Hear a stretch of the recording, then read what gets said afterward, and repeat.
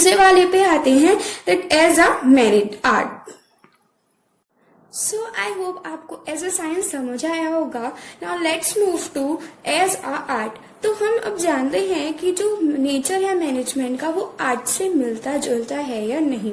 तो पहले आप मुझे बताइए कि आर्ट क्या सिंबलाइज करता है। Art means related to creativity, okay, creativity of an individual, okay, so this is what art says, है ना। और पर्सनलाइज्ड एप्लीकेशन, पर्सनलाइज्ड मीन्स खुद की जो पर्सनैलिटी और खुद का जो पर्सनल एप्लीकेशन बताता है, क्रिएटिविटी बताता है, उसको हम शॉर्ट में बोल सकते हैं कि ये एक तरीके से हमारी आर्ट हो गई। तो ये आर्ट बोलती है। तो हम पढ़ेंगे कि मैनेजमेंट में एक तरीके से हमें क्या चाहिए होता है कि हम मैनेजमेंट अच्छे से वो कर सकें। तो ये हमारी आर्ट बताती है। तो हम इसके फीचर्स पीछे लिखते हैं, ओके, मैं आपको बताती हूँ।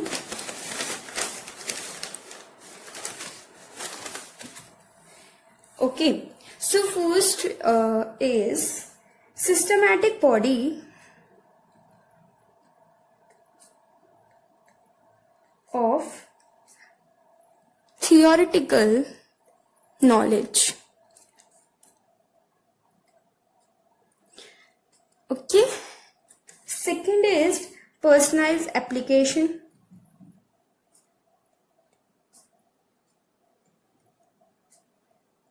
Third one is, and last one is, based on practice and creativity. Practice and creativity, okay. So now let's discuss one by one. First is systematic body of knowledge. Systematic body of theoretical knowledge. Theoretical means learning.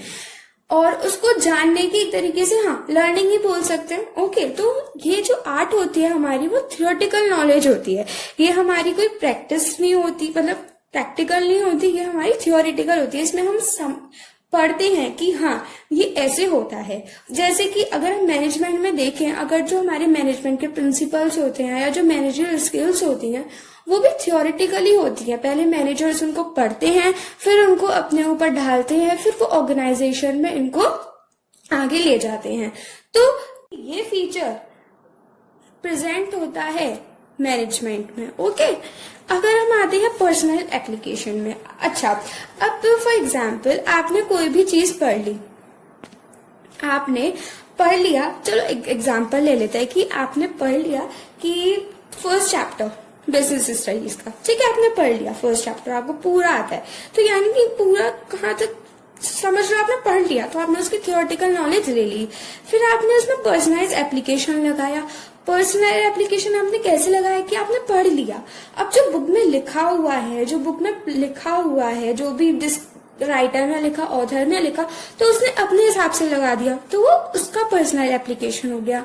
अब आप अपनी बात को किसी और को कैसे convey करते हो, कैसे और इस चीज को समझाते हो अपने तरीके से, तो वो आपका पर्सनलाइज एप्लीकेशन हो गया। सो दिस मीन्स कि जो हमारे पर्सनलाइज एप्लीकेशन मीन्स खुद का, इंडिविजुअल का, अपना, तो वही हमें लगाना पड़ता है। बुक तो सबने पढ़ ली, आगे सब कुछ चैप्टर, पर किसने कैसे समझाया अपने तरीके से, हम उसको पर्सनल एप्लीकेशन कहते हैं। तो मैनेजमेंट में भी ऐसा होता है, आर्ट में भी ऐसा होता है। तो ये फीचर भी हमारा प्रेजेंट होता है मैनेजमेंट में। Now let's come to the third, that is based on practice and creativity. अब आप अपना फर्स्ट चैप्टर या बिजनेस स्टडीज का जो भी चैप्टर आपने करा, अब आप उसको क्या कहते हैं, रिवाइज नहीं करोगे, उस पर प्रैक्टिस नहीं करोगे, तो आप उसको तो भूल जाओगे, आप अपनी उस आर्ट को खो दोगे। तो यानी कि हमें प्रैक्टिस भी जरूरी है। अगर हम प्रैक्टिस करते रहेंगे तो हमारी क्या आ जाएगी, क्रिएटिविटी उस चीज में। तो एक है ना स्लोगन, और वी कैन से एक बात कि practice makes the mans perfect, और वही प्रैक्टिस हमें क्या बना देगी उस पर्टिकुलर चीज में, क्रिएटिव।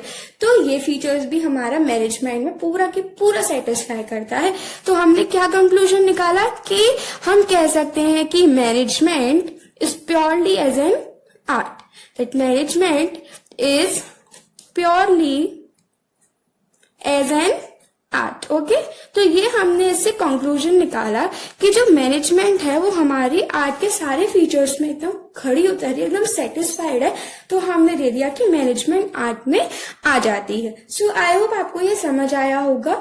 अब मैं आपको समझाऊंगी मैनेजमेंट एज अ प्रोफेशन है कि नहीं। ठीक है, में अगर कोई टीचर है तो वो उसका प्रोफेशन हो गया, कोई डॉक्टर है तो वो उसका प्रोफेशन हो गया, कोई मैनेजर है तो वो उसका प्रोफेशन हो गया। तो मैनेजमेंट एज अ प्रोफेशन कैसा है तो मैं आपको समझाती हूँ। तो पहले let me right its features. Okay, so first is well defined body of knowledge. Okay, restricted entry,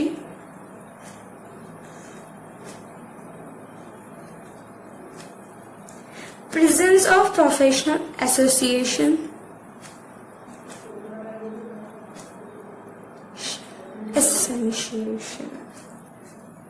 ठीक है, इधर मैं वो लिखना भूल गई, professional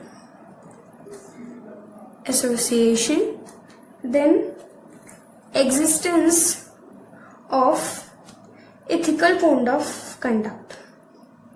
Ethical code of conduct. So now let's discuss one by one them. Okay. First is well defined body of knowledge. तो well defined of body of knowledge क्या है कि हाँ well defined body of knowledge ही है, हमने उसमें भी पढ़ा था साइंस के फीचर में।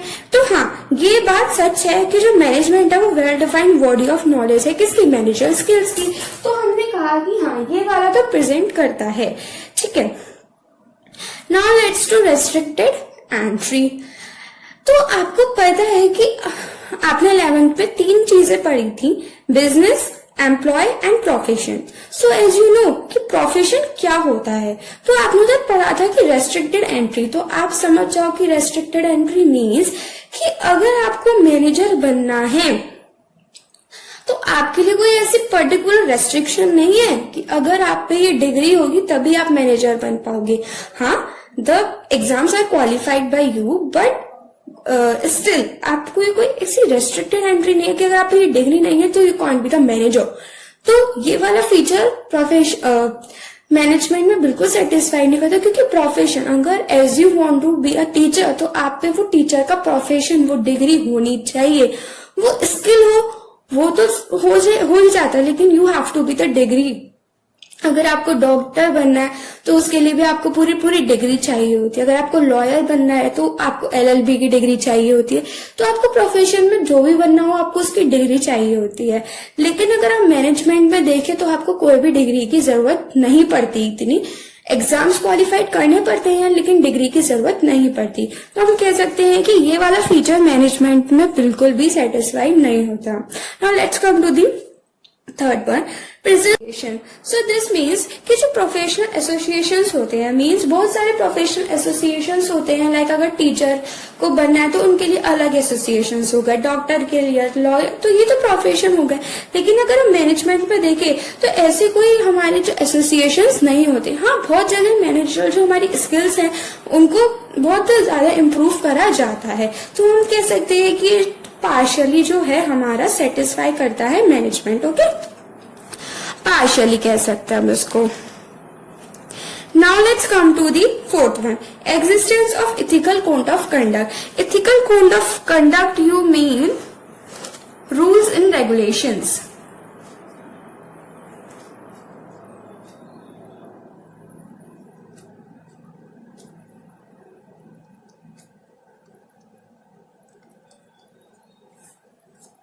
Ethical code of conduct means rules and regulation.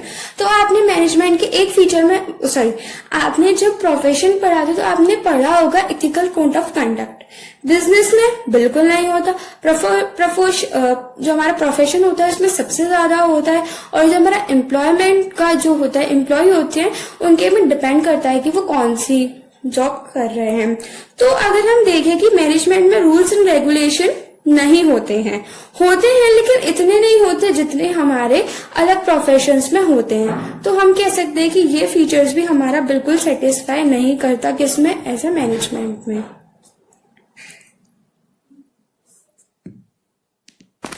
तो आई होप आपको ये तीनों चीजें समझ आ गई होंगी कि मैनेजमेंट एज अ साइंस है, एज अ आर्ट है या एज अ प्रोफेशन है। तो हम पहले तो एज अ प्रोफेशन को कंप्लीट करते हैं कि जो मैनेजमेंट है वो एज अ प्रोफेशन नहीं करता, पर वो उसके पाथ पे है, क्योंकि जो प्रोफेशन का फर्स्ट फीचर है वो तो हम थोड़ा बहुत सेटिस्फाई करता है और थर्ड पार्शली करता है, लेकिन जो हमारा सेकंड है और जो हमारा फोर्थ है, फोर्थ भी पार्शली करता है लेकिन थर्ड तो बिल्कुल ही नहीं करता, और पार्शली भी नहीं माने जाते। तो हम कह सकते हैं कि जो मैनेजमेंट है is on the path of becoming profession. Okay, तो ये अभी प्रॉपर नहीं है लेकिन ये उसके किस पे है, पाथ पे। सो आप इसको नोट कर लीजिए, ये काफी अच्छा पॉइंट है कि वो उसके पाथ पे है, अभी वो बना नहीं है। तो आई होप आपको ये समझ आए होंगे। सो